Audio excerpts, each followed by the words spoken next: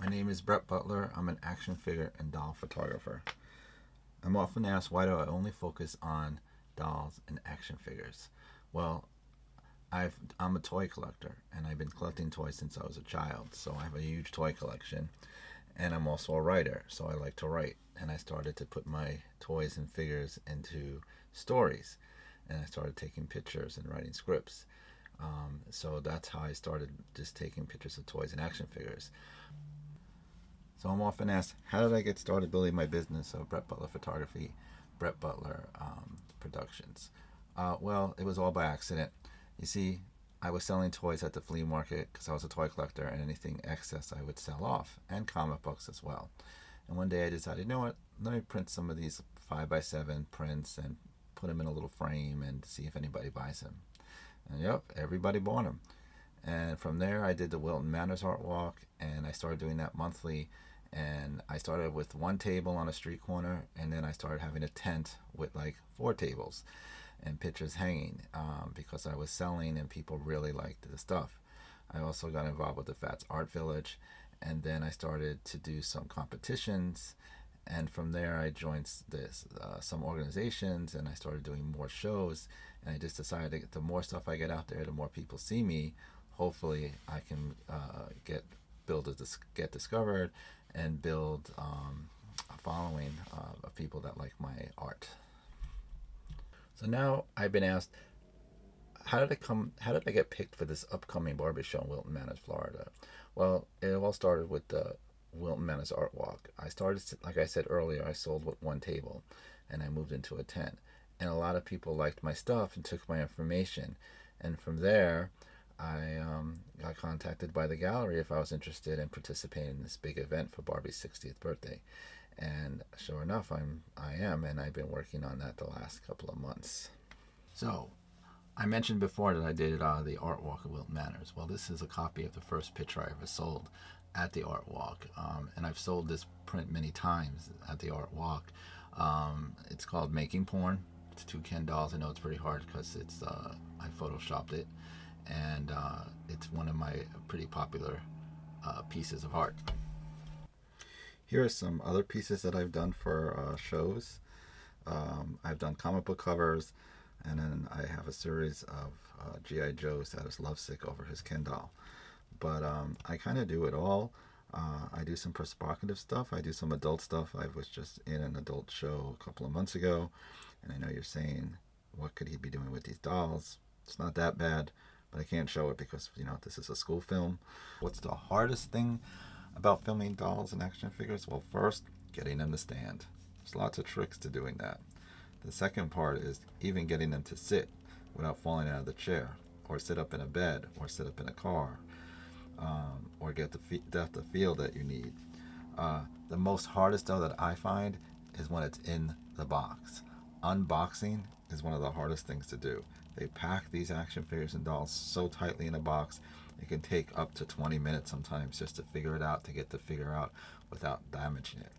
So there's a lot of different things that make it very difficult. It's just not putting a doll on in front of a camera and just letting it stand. Usually it falls 5 to 10 times before you can get the shot you want.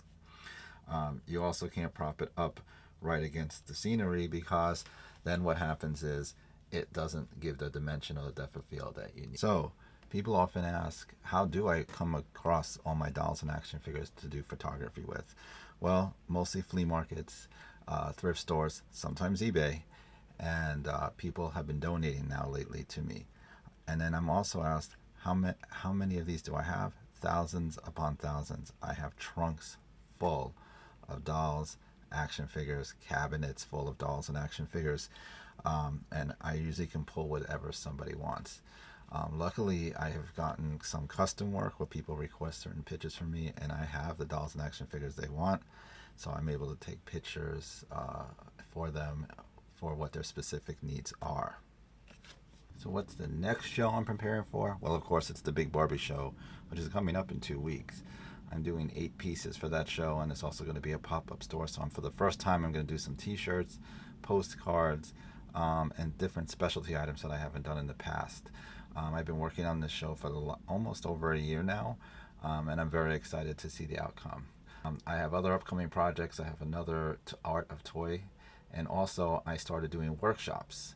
So now people are asking me to do workshops, and I show them the technique on how I take pictures of dolls, how I film dolls, the lighting, the technique, the settings, and how you can do it just with household items like flashlights or your own house, that you don't need fancy equipment to do it. It can be a fun activity. So at the Barbie show, I'm also doing a workshop, and then in June I may be doing another workshop at another gallery. So this is also great for my brand. That's it. My name is Constance Rupinder. I'm a resident of Wilton Manors, Florida since 1987, and I've been collecting Barbies as an adult since 1986. Okay, so how did you come up with the Barbie show? I didn't come up with it. It actually came from artists who came to me and said, I heard you're a Barbie collector. Yes, I am. Would you ever consider doing a Barbie exhibit? Well, I don't know, maybe. And I opened the calendar for 2019. Barbie's birthday is on March the 9th. And in 2019, March 9th happened to fall on a Saturday. And I said, we're going to have a party. And that was how it was born. And how did you decide what artists you were going to use? Well, the two artists that approached me were Brett Butler and Roger Helt, and my longtime friend Wayne Nielsen, who is a very gifted doll artist. He's actually created designs for the Jean Marshall doll that were manufactured and sold to the public. I approached him and he was interested, and so that's how we came up with the three featured artists. And you're a Barbie collector yourself? I am. I've played with Barbie since I was 8 years old. She was debuted at the Toy Fair in New York City in March of 1959. I was 8 years old. That tells you how old I am. And I got my first Barbie in April, and from then on that was it. I used to lay in bed at night with the little fashion booklets, trying to figure out how I was going to save my 50 cents a week allowance to buy a new fashion. And what do you hope the outcome of this show will be? I hope this will bring people together to realize how important it is that even as grown-ups we continue to play. If you've ever observed a child at play, they are totally in the moment. And I've seen grown-ups, men and women, who collect Barbies and other types of fashion dolls. And when they're playing with their dolls, they are totally in the moment. Picasso has a quote out there that says, we forget how to play when we grow old, and that's really sad that we forget that. So I'm hoping that by having this exhibit open, all ages will be welcomed, and maybe we can get a conversation going about the importance of playing. Thank you. You're welcome. I've often been asked, what are my goals for 2019?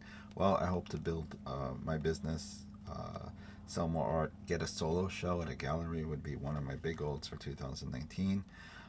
Be involved in more projects that have to do with toys and action figures, and promote my stuff, hopefully, and get out there